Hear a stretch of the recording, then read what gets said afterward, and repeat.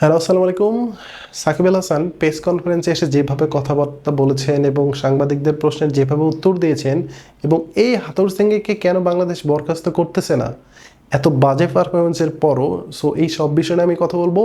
Video যদি ভালো লাগে অবশ্যই পেজটাকে ফলোতে রাখবেন এবং যারা ইউটিউব থেকে ভিডিও দেখতেছেন অবশ্যই আমার চ্যানেলটাকে সাবস্ক্রাইব করে রাখবেন।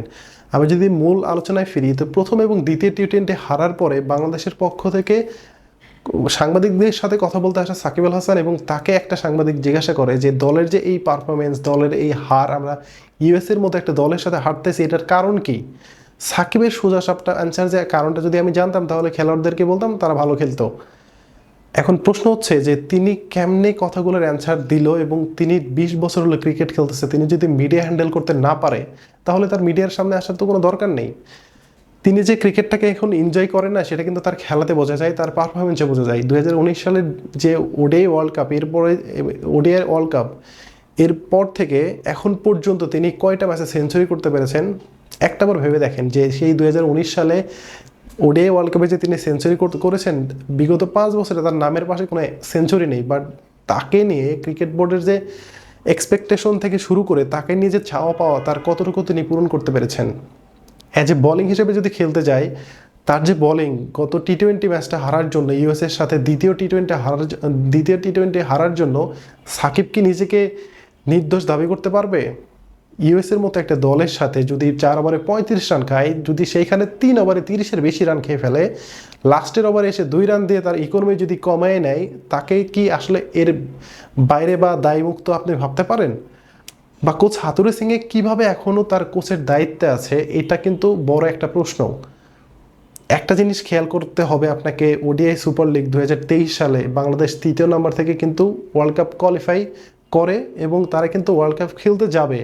সাজানো গোছানো দলটাকে এই কোচ হাথুরু সিংয়ের সাথে তামিমের একটা দ্বন্দ্ব, প্লাস সাকিব আল হাসানের টি স্পোর্টসের একটা ইন্টারভিউ, বুম, দলটা কিন্তু শেষ।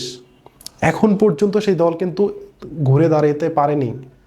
এবং সাকিব আল হাসান যে গেমটা খেলেছেন তখন, কোচ হাথুরু সিংয়ে যে গেমটা খেলেছেন তখন, সেই গেমটা কিন্তু এখন পর্যন্ত বাংলাদেশকে সাফার করতে যা করা দরকার তারা দুজন কিন্তু করে যাচ্ছেন। সাকিব যদি খেলতে না পারে, সে যদি খেলা এনজয় না করে, তাহলে তার খেলা ছেড়ে দেওয়া উচিত। আর সাকিব যদি ইন্টারভিউ দিতে এসে সাংবাদিকদের সাথে এইভাবে উচ্চবাচ্য করে কথা বলে, তার সাংবাদিকদের সাথে আসার কোনো দরকার নেই।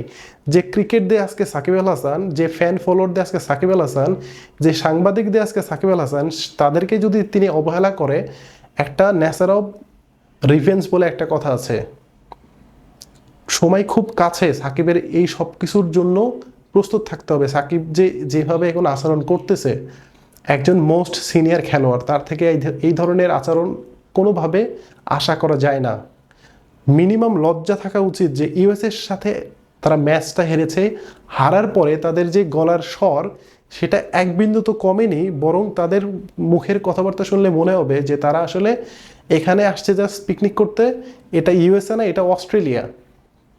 সাকিব আল হাসানের কথা যে আমরা ফ্যাসিলিটি পাচ্ছি না, আমরা ঠিক মতো কোনো কিছু পাচ্ছি না, আমার কথা হচ্ছে যে বাংলাদেশ যদি ফ্যাসিলিটির অভাবে পারফর্ম করতে না পারে, এই সেম ফ্যাসিলিটি নিয়ে যুক্তরাষ্ট্র কীভাবে পারফরমেন্স করে?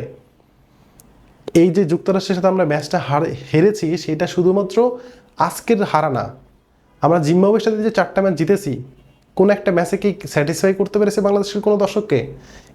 কোনো দর্শক কিন্তু স্যাটিসফাই হতে পারেনি। জিম্বাবুয়ের ভুলের কারণে কিন্তু তারা 4টা ম্যাচ হারছে। লাস্টের ম্যাচটা তারা ভুল করেনি, ম্যাচটা জিতে গেছে। এই যে তাদের খেলার ধরন, বাংলাদেশের যে খেলার ধরন, এই খেলার ধরনটাকে আসলে কতদিন নাগাদ পরিবর্তন করতে পারবে, বা তিনি কতদিন নাগাদ, বা বাংলাদেশ দলটা কতদিন নাগাদ আবার ব্যাক করবে, সেটা কিন্তু আসলে সময় বলে দিবে। বাট কোচ হাথুরু সিংয়ে যে কাজটা করতেছেন বর্তমানে, তিনি একটা দলকে নিয়ে ওয়ার্ল্ড কাপে খেলতে গেছেন, খেলতে যাওয়ার পরে তার দলকে নিয়ে কখনো তিনি অনুশীলন করে না। আজকে তৃতীয় টি-20-তে নামার আগে তার দল অনুশীলন ছিল, ফুল টাইম অনুশীলন ছিল, কোথাও কেউ অনুশীলন করতে আসেনি। যেখানে ক্রিকেটারদের স্কিলে ঘাটতি, যেখানে ক্রিকেটাররা সবাই অফ ফর্মে আছে, তারা বেশি বেশি অনুশীলন করবে, কোচ তাদেরকে মোটিভেট করবে, বাট সেখানে কোচ কিন্তু পিছপা দিয়ে আছে। এবং বিসিবি সেই কোচকে এখন পর্যন্ত রেখেছে, এবং বিসিবি তাকে কিন্তু প্রশ্নের মুখোমুখি কখনোই করেনি। একটাবার ভেবে দেখেন যে একটা কোচ কতটুকু স্বাধীনতা পেলে একটা দলকে নিয়ে এইভাবে ছেলে খেলা করতে পারে। খুব কষ্ট লাগে একটা বিষয় ভেবে যে বাংলাদেশ দলটাকে নিয়ে আমরা এত বেশি গর্ববোধ করতাম এবং এত বেশি আমরা ভাবতাম যে বাংলাদেশ খুব তাড়াতাড়ি একটা ট্রফি জিতবে। বাট আমাদের বাংলাদেশ ক্রিকেটের যে আসল চেহারা সেটা কিন্তু আমরা এখন দেখতে পাচ্ছি, আমাদের ইউএসএর সাথে হারতে হচ্ছে। আমরা মূল পর্বে যখন বিশ্বকাপটা শুরু হবে তখন Sri Lanka, south Africa, Netherland, Nepal এদের সাথে আমরা কতটুকু ডমিনেট করে জিততে পারবো বা এদের সাথে আদৌ আমরা ডমিনেট করতে পারবো কিনা সেটা নিয়ে কিন্তু অনেক বড় একটা প্রশ্নবোধক চিহ্ন কিন্তু আপনার সামনে দিয়ে যায়। এই যে এখন যে পারফরমেন্স করতেছে, আল্লাহ না করুক আজকের থার্ড টি-20-তে যদি বাংলাদেশ হেরে যায়, বাংলাদেশের যে ক্রিকেটাররা তারা কি মুখ দেখাতে পারবে?